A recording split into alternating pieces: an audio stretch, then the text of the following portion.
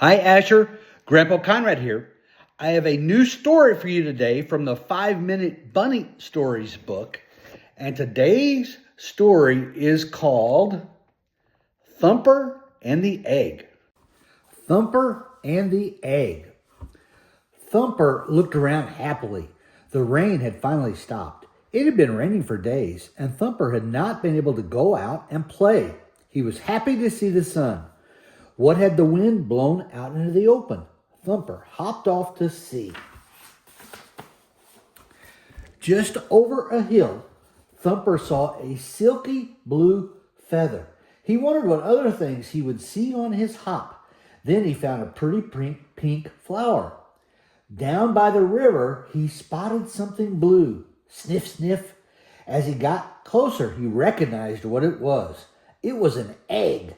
As Thumper sniffed around the egg, he heard something behind him. It was giggling. It was his sisters. "What you doing, Thumper?" Trixie asked. She had a big bushy tail and always wanted to know what was going on. "Treasure hunting," he explained. "Look what I found." The bunnies peered at the smooth blue egg. "It's pretty. What is it?" Tessie asked. She was the youngest bunny. She leaned down to inspect the egg. "It's a robin's egg, silly," Thumper said. The bunnies wondered where the mother robin was. They all looked around, but she was nowhere to be found. "Oh, a birdie," Daisy said excitedly. She loved making new friends. "You need to keep it warm and happy until it hatches," Rhea told Thumper. She was a very smart little bunny. Rustle, rustle. The bunnies gathered grass and leaves and piled them on top of the egg like a soft, cozy blanket. There was a turtle. The bunnies knew the egg needed its mama, so Trixie, Rhea, and Tessie went to find her. Hippity hop, hippity hop. Thumper remembered what Rhea had told him. "How will we keep it happy?" Thumper asked Daisy. He thumped his foot. Daisy thought, and she was pretty sure she had some good ideas. "We could sing to it," Daisy offered. Thumper was not so sure, but he didn't have any other ideas. He nodded, and Daisy began to sing. Thumper thought Daisy was a very good singer, and all the other animals in the forest seemed to think so too.